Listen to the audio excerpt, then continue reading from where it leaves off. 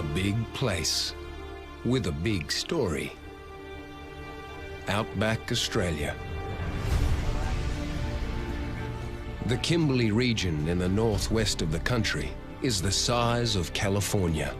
Yet only 40,000 humans live here, among some of Australia's most beautiful and deadly wildlife.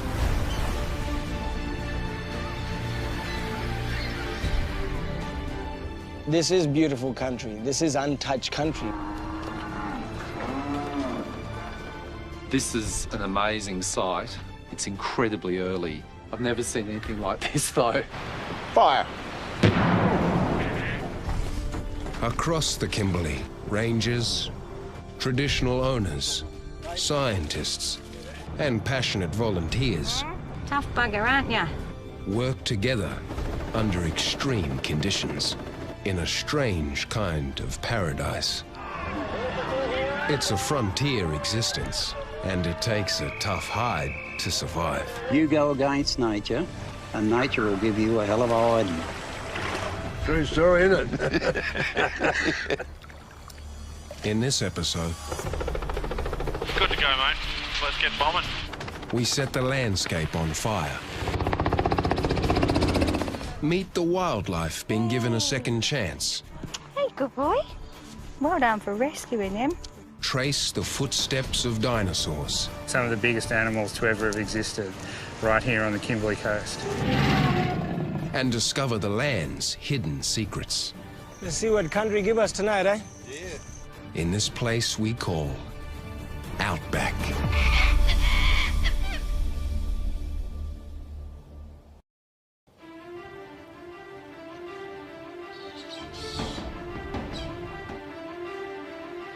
Australia's outback is a hot, dusty, red earth desert. And a whole lot more besides.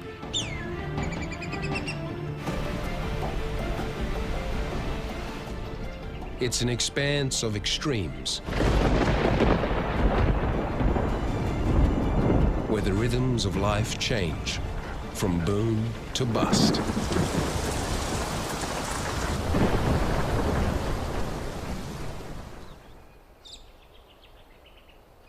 Flood is as much a part of the landscape here as drought.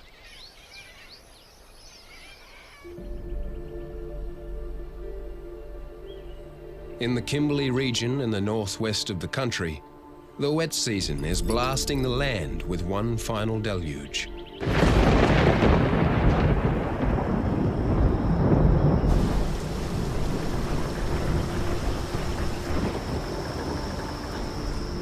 It's the last good soaking the land will get for the next 8 months. And the locals are lapping it up. Load him up! Load him up! In the town of Wyndham, there's nothing like a game of mud footy to bring folk together for a bit of good, clean fun. Give it to me!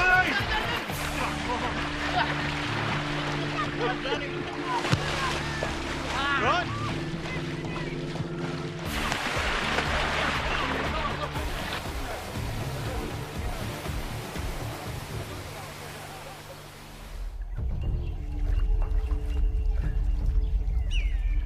As the rains recede, life starts moving.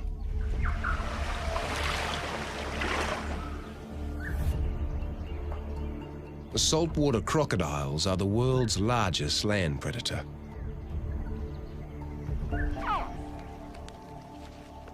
And yet, they start life at a mere 11 inches. Nests are built over the wet season, high on riverbanks.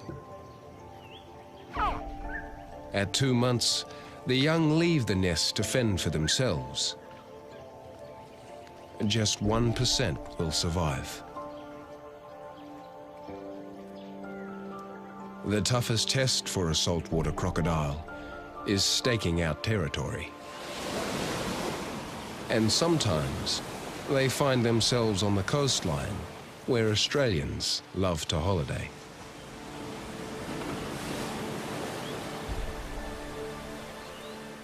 They're brave swimmers in these parts, playing watery roulette with some of the biggest jaws on the planet. Resident tiger sharks and saltwater crocs.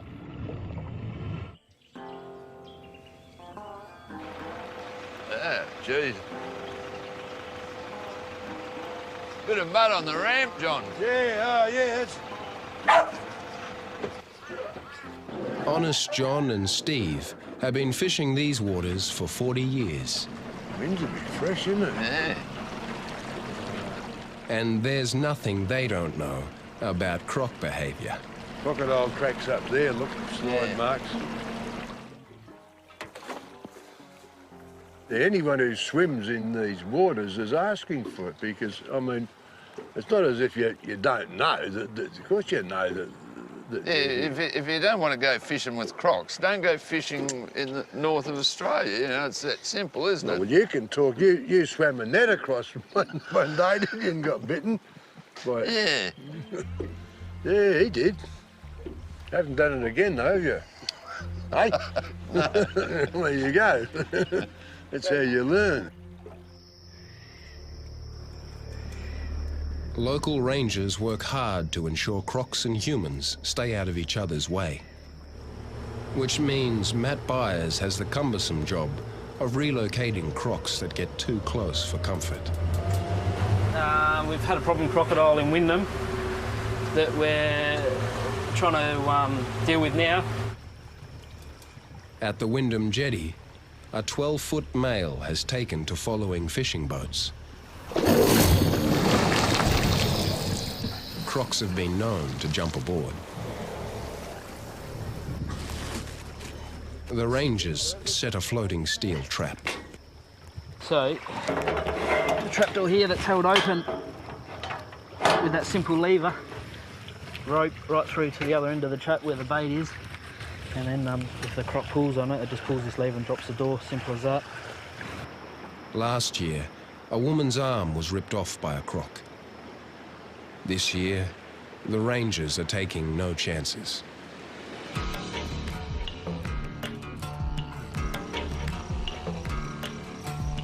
But it's not just reptiles on the move across the Kimberley.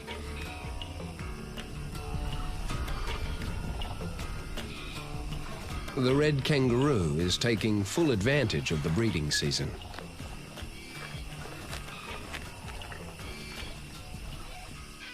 Female roos can delay the development of their young until conditions are good. At this time of year, joeys start peeking from pouches. If food is still plentiful, at about 8 months of age, the joey will be forced to leave the pouch to make way for a sibling. But this seasonal boom means more roos are on the move.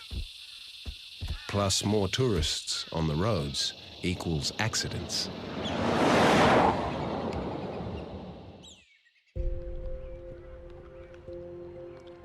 Come on, Bubba. Come on, you coming out? Come on. Jan Martin, a wildlife carer based in Broome, is there to help the little survivors. Hey, Bubba. For 24 years, Jan has taken in orphaned and injured animals, from kangaroos and wallabies to the odd brolga chick. But one of her charges isn't coping too well. This little fella is Paddy. He's an 8-month-old Euro, halfway in size between a kangaroo and a wallaby. A driver killed Paddy's mum, but saved the tiny joey in her pouch. He's a bit of a sook. As soon as someone starts to bully him or play fight, he just runs and goes in his bag and he won't get out. Snuggling down into a bag reminds Paddy of the pouch he started life in. He's not keen on the outside world. He's a Euro, but he hasn't got any of his kind here, so consequently he's not very social. And of course some of them here don't accept him either. He just doesn't do the normal sparring. Even the little tiny ones can intimidate him.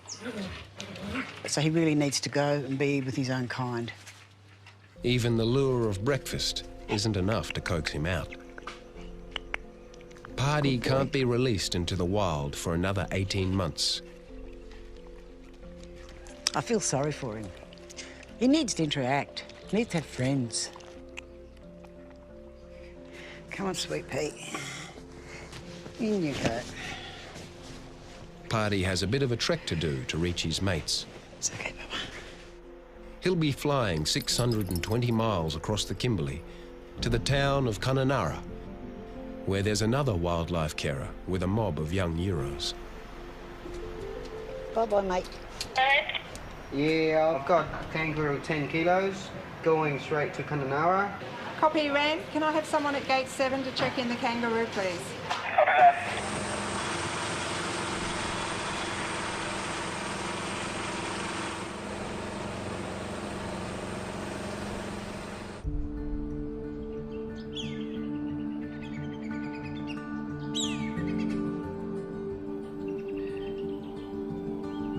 For most travellers through the Outback, tough road trips are the only way to go. Everything's remote. The Dampier Peninsula, just north of Broome, is only accessible via 120 miles of red dirt.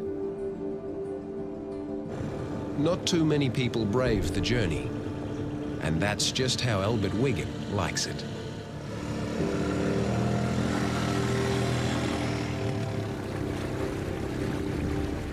Albert is an Indigenous ranger based at Beagle Bay. This is beautiful country. This is untouched country. You can't find country like this other places of the world.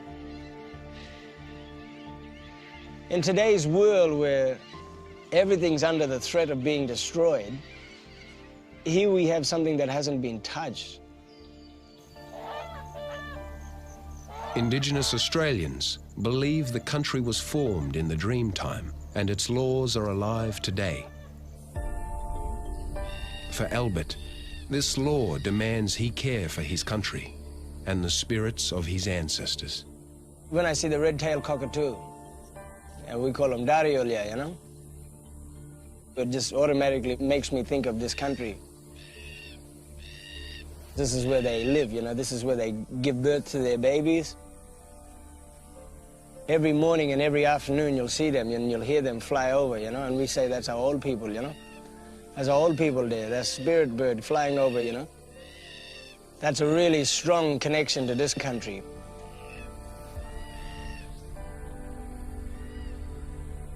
Albert works with the Nyul Rangers to protect this land, using traditional knowledge and modern technology. They're hoping to track down one of Australia's most endangered and elusive marsupials, the bilby. We started looking and there's bilby tracks everywhere. They're extremely hard to find.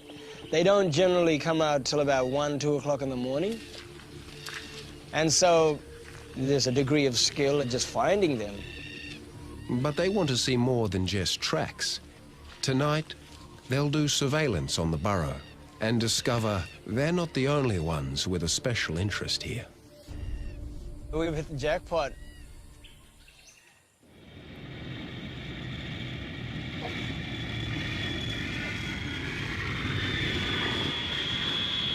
On the airstrip in Kununurra, a special visitor is arriving. Mandy Watson and her granddaughter are picking up Paddy, the orphan Joey.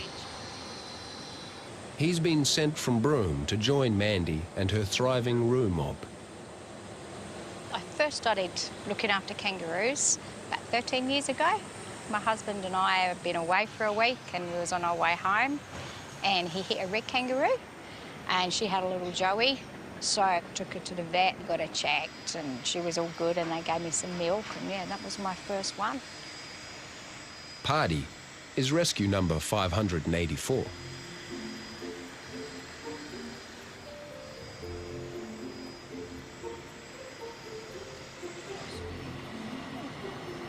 A bit heavy, nose a bit smelly, eh? After 2 hours of nerve-wracking travel, Paddy stinks.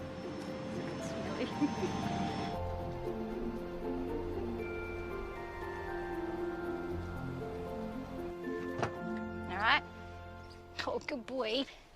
Good boy, Paddy. All right, Nana? I know, he's a bit smelly, hey? A bit hot. You'll be right. Hey, Bubba. Come on, then. Come on, meet all the other bubbers. Good boy. Hey, babies, on your mum. There's a constant demand for Mandy's sanctuary. Today, she has 40 resident roos. My little darlings. You getting hungry? Good babies.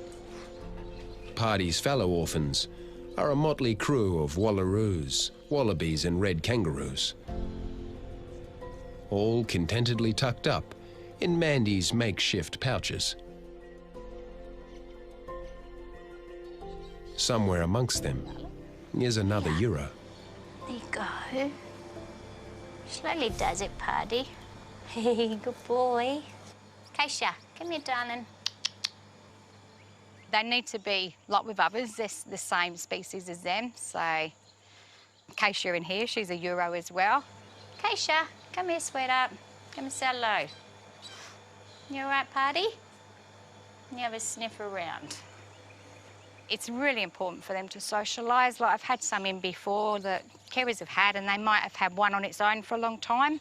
They bring it in when it's really big, and they won't share food, they just fight, they just don't know how to socialise, so it's so important they do it at a young age. So this is a good age.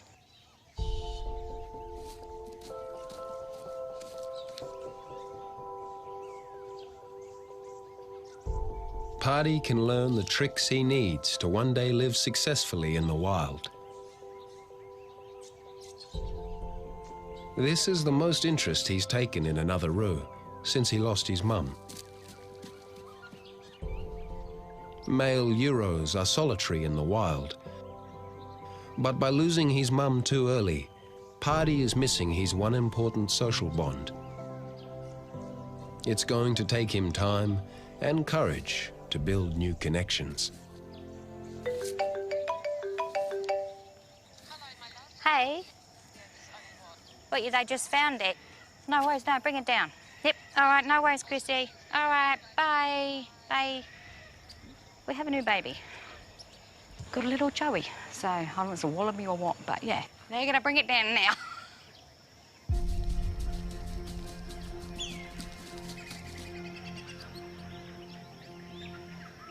I've usually got roughly about 40 kangaroos. I could go a month without getting any in, and then you can have a week and you might get one a day, or two in one day. Oh, sweetheart. Oh, he's a little Euro. Is that what he is? Yeah. Aww. Oh, look. Hey. Hey, good boy. Oh. Needs a feed, hey? Yeah, he'll be hungry. Hey, you're a very lucky boy. Hey, well done for rescuing him. Hey, look, darling. How old? Probably about 6 months, hey? They start getting their food. Oh, you want to go into my pouch? Yep, down you go. On, look at this. Ah! Oh, look, Kevin, look. He's gone again. There you go. Go in your pouch. Yeah. Well, we're getting up in the night feeding you, little man. Yes. Aw, well done, thank you. You got a name for him? What do you reckon we can call him? Kingsley. Kingsley? Yeah. Kingsley, right on. Okay then. Kingsley it is. Thank you. All right, awesome. We'll leave it to it. Thanks, darling. All right, we'll be in touch. Thanks, Mandy. Oh, no Righto. worries, Chrissy. Let me get you a feed. Oh, sweetheart. Kingsley will need to be bottle fed every 4 hours. Hang on. Get that one. That's it, good boy. There are months of sleepless nights ahead for these strange new bedfellows. Wow. All right, hang you inside, hey?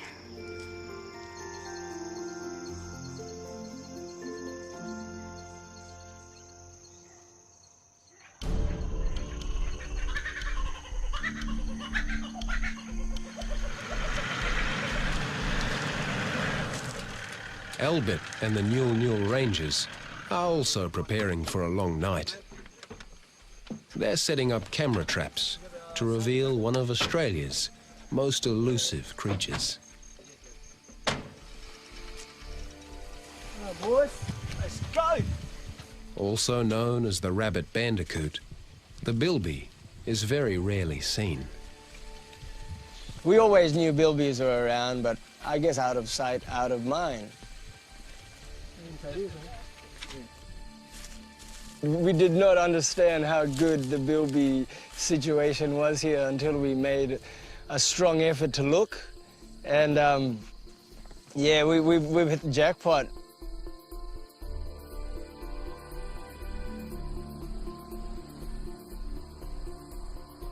I've been one of the very few people lucky enough, you know, to find bilbies. As an Indigenous person, it's always country working with you, you know. If you talk to country, country responds.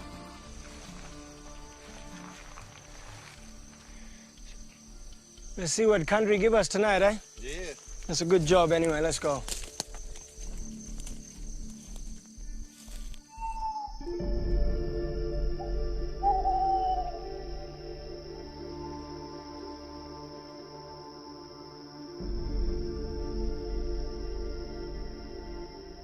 The bilbies only emerge from their burrow when the moon is high.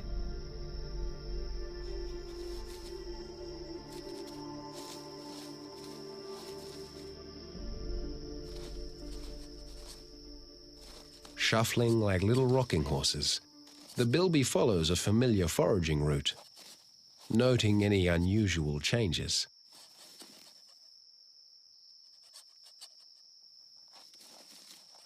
By tucking into juicy grubs, bilbies don't need to drink water, getting all their moisture from insects and fruit.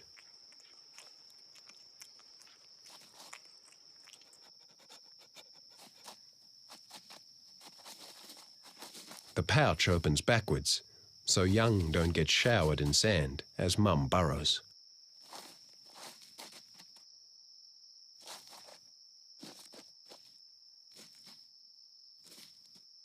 Spotting a bilby is a rare thing indeed.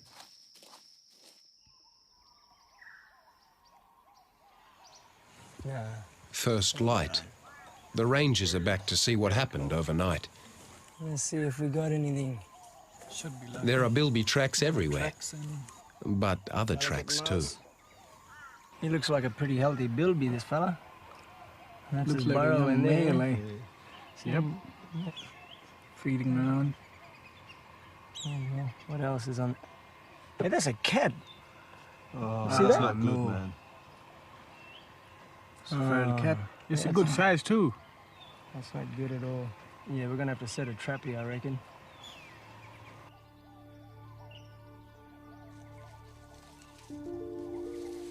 Since European colonization, Australia has lost 29 species of mammal. All but one of these have been hunted to extinction by feral predators. But that's a cat track. You can see. The cat's arrival in the Dampier Peninsula is relatively recent, and it's making its mark. We hate the cats. We hate feral cats because they're just so nasty. We'll put it under this breaking branch here. They kill all of our birds. You know, they kill all our lizards, mammals, you know, our small mice, our bandicoots, our possum. The reason why we don't like cats is because they kill for fun. That's all good. So if they kill a baby bilby, it'll just be as a training exercise on how to prey and how to stalk a defenseless animal. It won't actually be killing a baby bilby because it's food. They're a nightmare.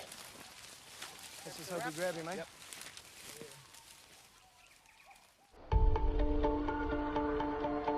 Nyul rangers aren't alone in the fight to save Australia's marsupials. It's happening across great swathes of the outback. Good to go, mate. Let's get bombing. Okay. At Mornington Wildlife Sanctuary, one of the world's biggest and most ambitious nature reserves, managing native species means flying regular missions over the land.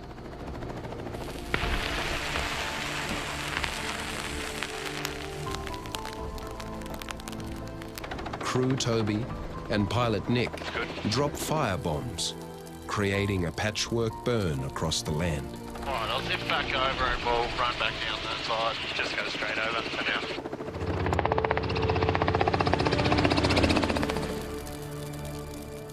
now. By creating small fires in the wet season, they're preventing big fires later in the year. Most people would assume that there's not a very good habitat there or there's not many animals, but the fact is that it's full with small mammals and reptiles and like birds seeking refuge. Like they're everywhere and you just don't realise it. By burning now, they are not just preventing large hot fires later in the year, but maintaining cover and food for native animals by helping plants seed and flower. Traditionally, the Indigenous mob would walk around and start fires in areas where they saw that it would be beneficial. This whole landscape would have been covered with people living all over it, and so it was managed by burning patches.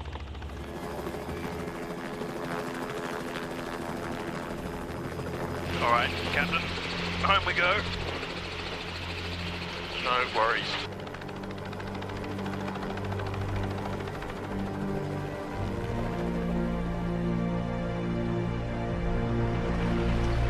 As the sun sets on Mornington, the chopper goes quiet.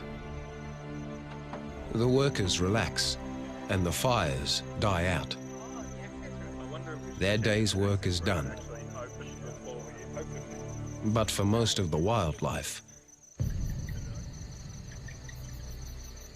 the day is just beginning.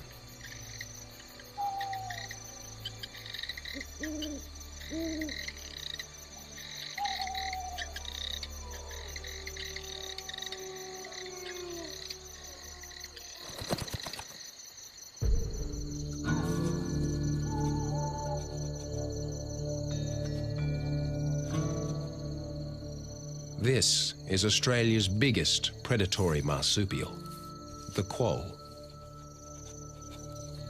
It may not have the stature of a lion or tiger, but it's a gutsy little beast. He'll put everything he's got into a feverish hunt to mate. When he finds a female, mating sessions can go for a full day. Once his sex-crazed romp is over, he'll literally die of exhaustion.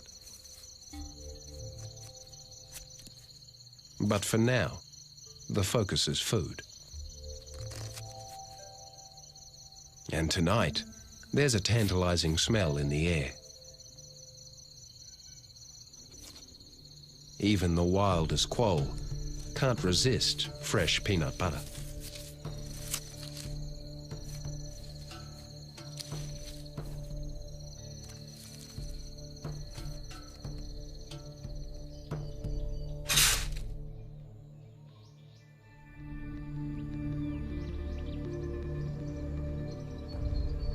Got one, Laura. At Mornington Wildlife Sanctuary, ecologists Laura and Melissa check to see who's visited their traps. Feisty little one, eh? Yeah. Don't worry, we'll have them out of there soon enough. If they can save the quoll population here, the species will have a greater chance of survival. They've actually disappeared across most of their range in northern Australia. And they're only found in these really rocky habitats, like we have here at Mornington. So we're just checking for a microchip to see if he's one that we've caught before, but he's not. He's a new one. Which is exciting. Yeah. All right, buddy, you look like you're ready to head off. Ow, ow. True to their reputation as feisty creatures, And I've been bitten twice by the quoll. the quoll takes a little bit of Laura with him, giving her not one, Ow, ow, ow. but 3 bites before he flees. Liz, can you get those jaws off me? Okay. Oh, God.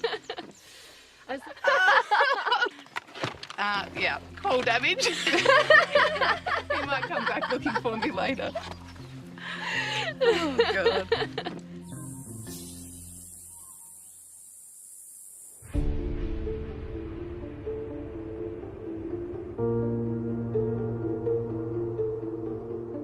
geology of northwestern Australia is so ancient, much of it predates life on this planet.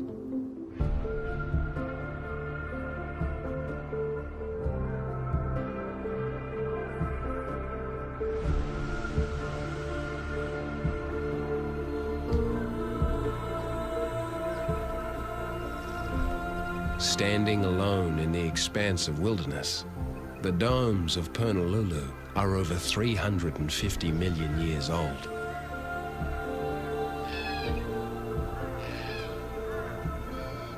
Bands of black lichen and orange silica create stripes, like a cluster of painted beehives.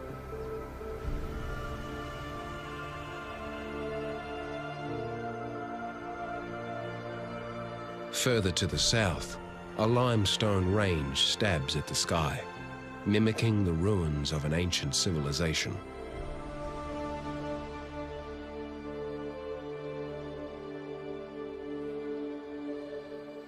But these pillars were created by something primeval. They were once part of a prehistoric reef system, buried beneath a tropical sea, now pockmarked by fossils of Devonian sea life. It's easy to imagine the tide has only just receded.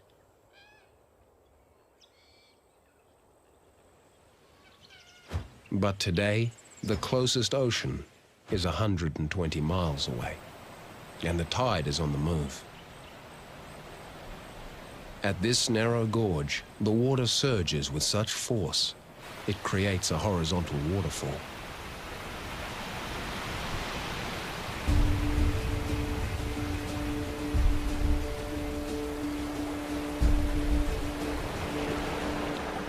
The Kimberley coast experiences one of the world's biggest tides.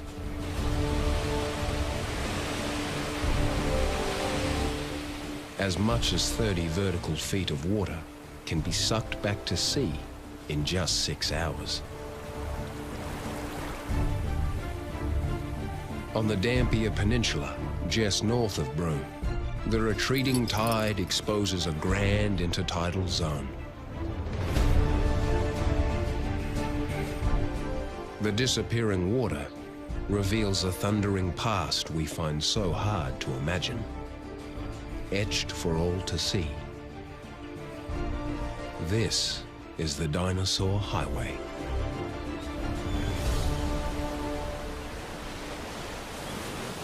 Well, at first glance, this just looks like another rock platform, but in actual fact, this is part of a 130 million year old landscape that's been fossilised as it was back in the age of dinosaurs. And all these undulations and depressions and things are all things that have been created by heaps of dinosaurs.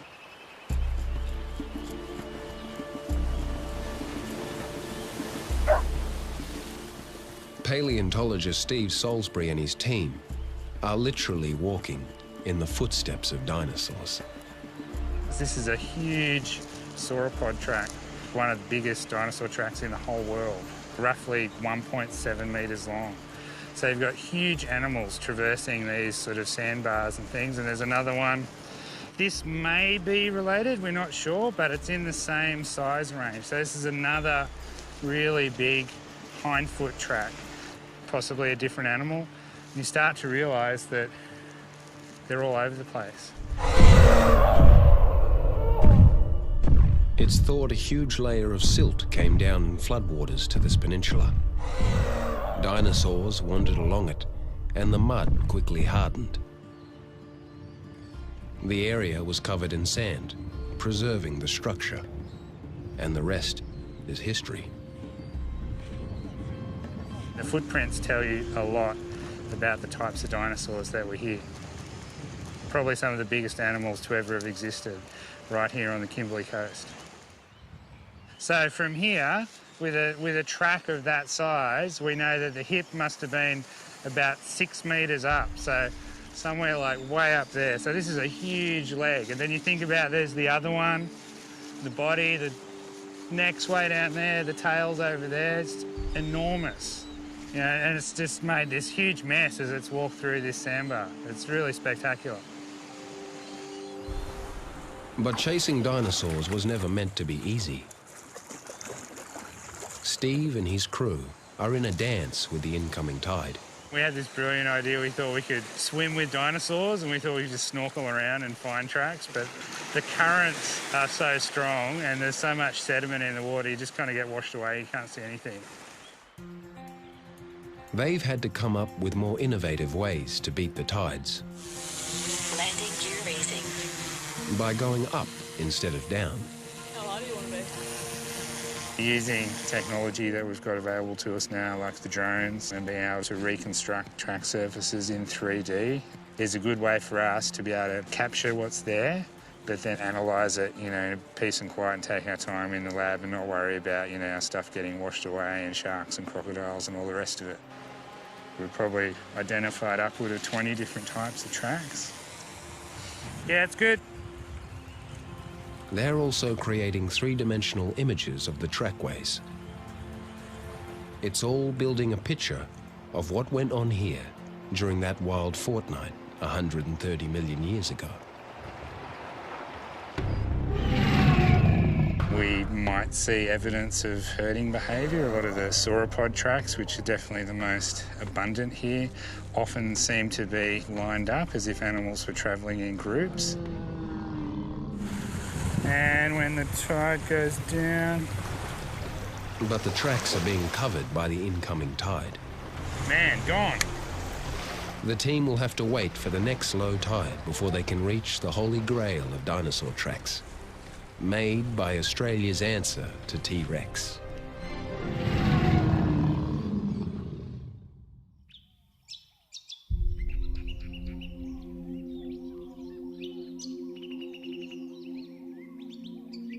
Dawn breaks across Outback, Australia.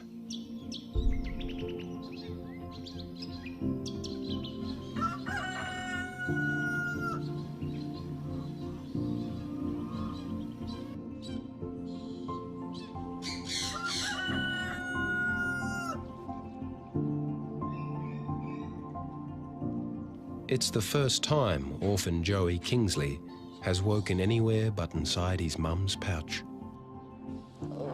Oh, sweet. Sorry. Another bottle? Good boy. You're hungry. Wildlife carer Mandy Watson is doing everything possible to offer the next best thing. Good boy. And nice? You're getting used to this teat, hey? Bit different, eh? I'm getting the hang of it now. He's doing really well. We had a feed at 1 o'clock this morning.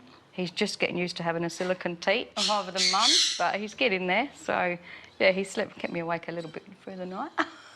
Fidgeting around and licking me. But, yeah, he's probably got about 4 hours sleep, I think, out of 6. I don't mind. I always do it with the little ones, just to settle them in to start with, so that, you know, just lose their mums, it gives them a bit of comfort.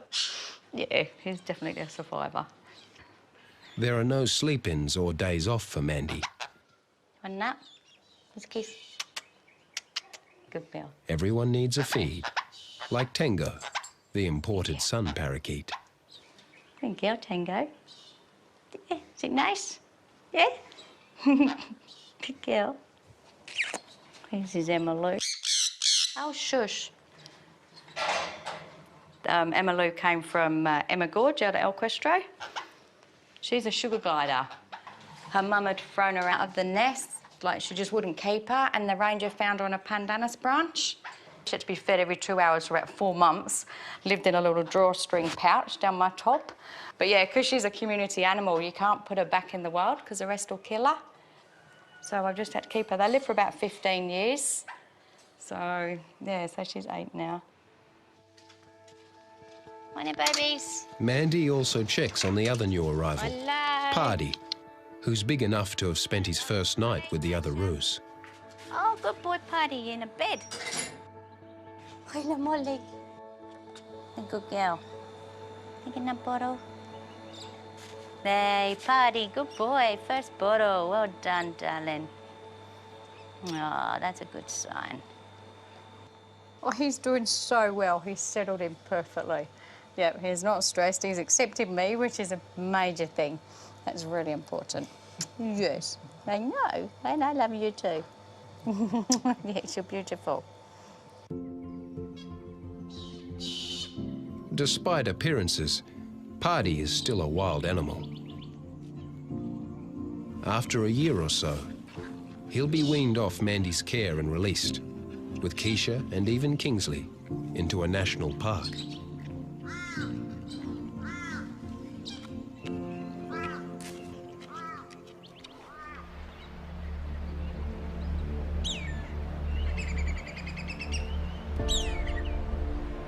Early morning on the Dampier Peninsula, and the dinosaur team moves in as the tide recedes. They step straight into the toehold of a theropod. So this is one of the biggest theropod tracks on the peninsula. We've only found a few examples of this type of track, so it looks like quite a rare dinosaur within the fauna that was here. This patch of rock was a thoroughfare for theropods, a family of bipedal dinosaurs, which included the lofty Tyrannosaurus rex. For the traditional custodians of this land, these footprints weren't made by dinosaurs at all. They're the marks of Morella, Emu Man. It looks something like an emu, but a giant emu, walking this country before human beings. They left these footprints, and that's one sign that he's been here, one sign, and there's another sign. He's up in the Milky Way, and in the Milky Way, we call Milky Way Iwara. He's in the Iwara, sitting down, the emu figure.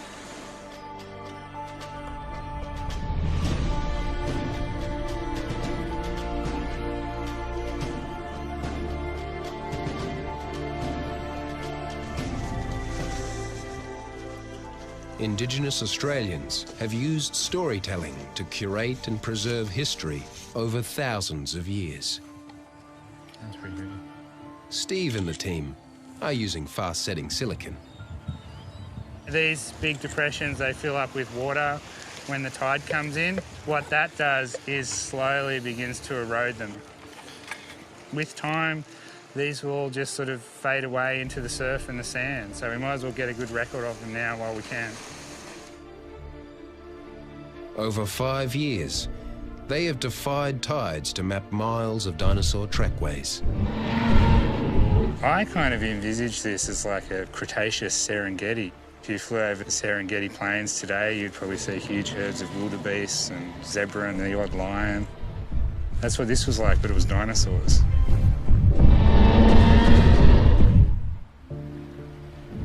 Yet creatures with ancestral links to these dinosaurs still inhabit this coast. We now know from a string of amazing fossils that have emerged in the last 20 years that birds are descended from dinosaurs. They live on, above the very footprints of their ancestors, surveying the landscape with those reptilian-like eyes.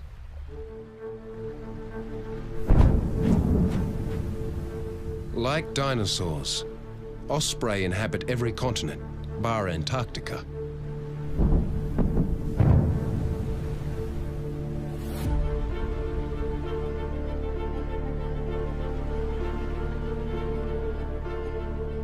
Spectacular hunters, they live almost exclusively on fish.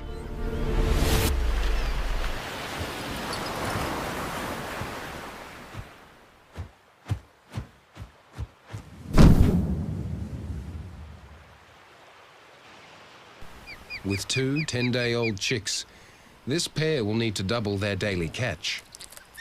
Up to 5 fish a day to feed all 4 of them.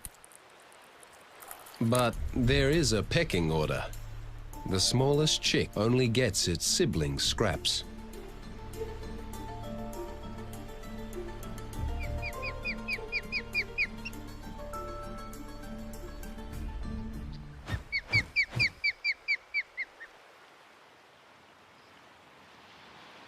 When the meal is done, all waste is artfully ejected.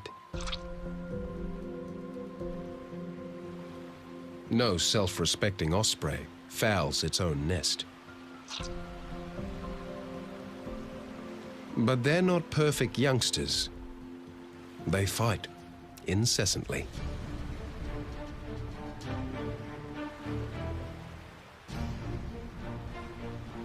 The parents won't intervene. Both chicks need to prove they can survive. Like so many babies in the Kimberley, the odds are stacked against them.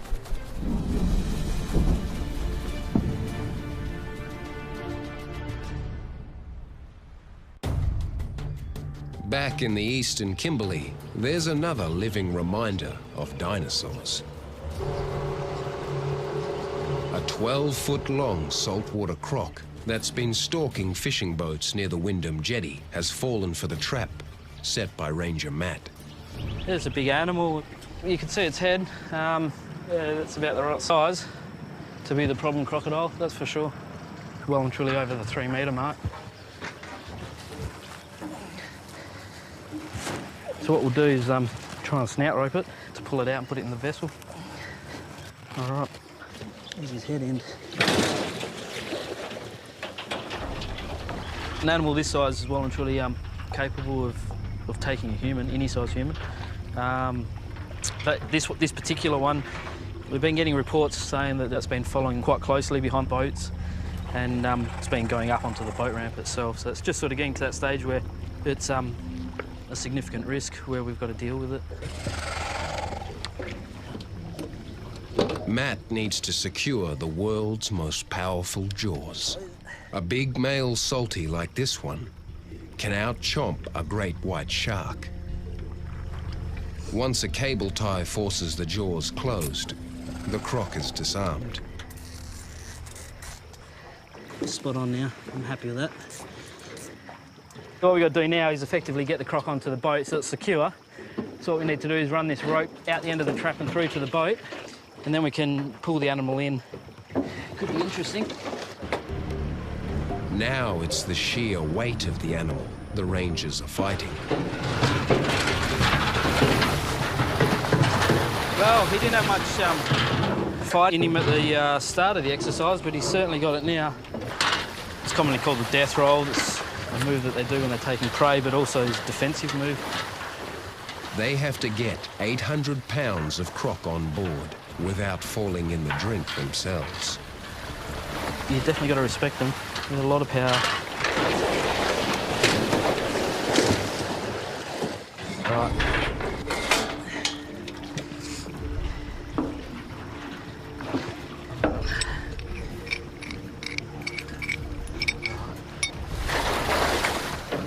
I'll get you to jump on and help heave him back. Yep. Ready? 1, 2, 3, go.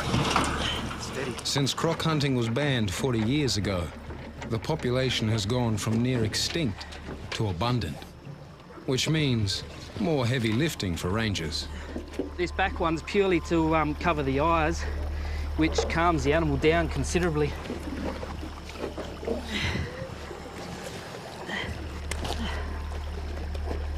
Happy? Happy. Are you happy? On your count.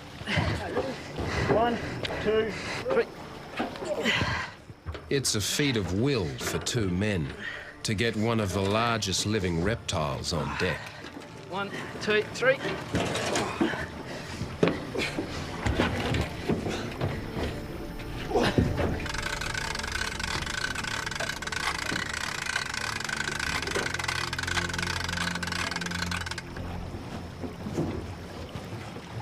All right, that's a big animal.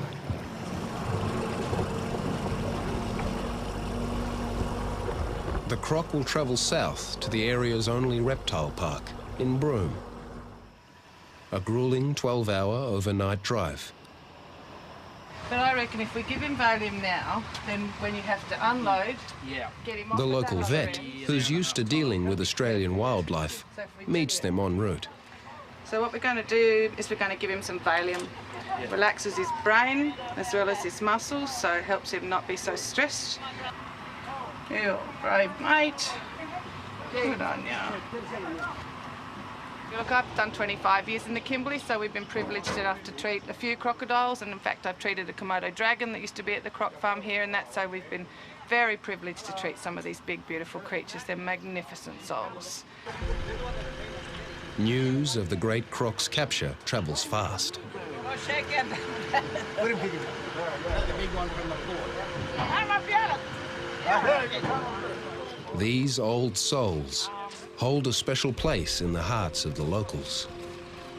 I seen that crocodile one with baby. They used to come up right up towards us, you know? But we couldn't pet him, you know, like wildlife, and not like a pussycat or dog. But we used to just chuck him the leftovers. Yeah. We seen it grow. Yeah, and that's him there. Dear old thing. I love him, yeah, true. I'll never forget him.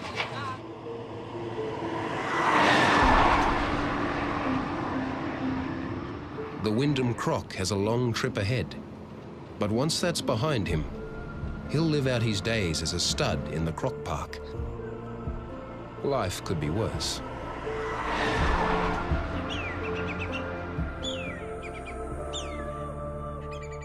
I certainly respect them. I jumped on top of one once. Oh, yeah. That's how we used to catch them in the old days. The old croc hunters, you'd just drift down the creek at night. Eerie it was, with the spotlight. Sneak up, paddle up beside him and take a big breath, and then you just grab him round the nose. And then you'd stick your fingers in his nostrils there on top of his snout. Worm him in as far as you could and hang on for dear life. The Australian outback, full of tall tales. Next time on Outback. It's the dry season, so there's cattle to muster. And Kimberley's best cowboys hit the dust. Too old for this, yeah. Off the coast, humans and whales have a close encounter. Pretty much like a steam train, it'll just rip you straight up off the bottom. And Mandy and her roos go bush.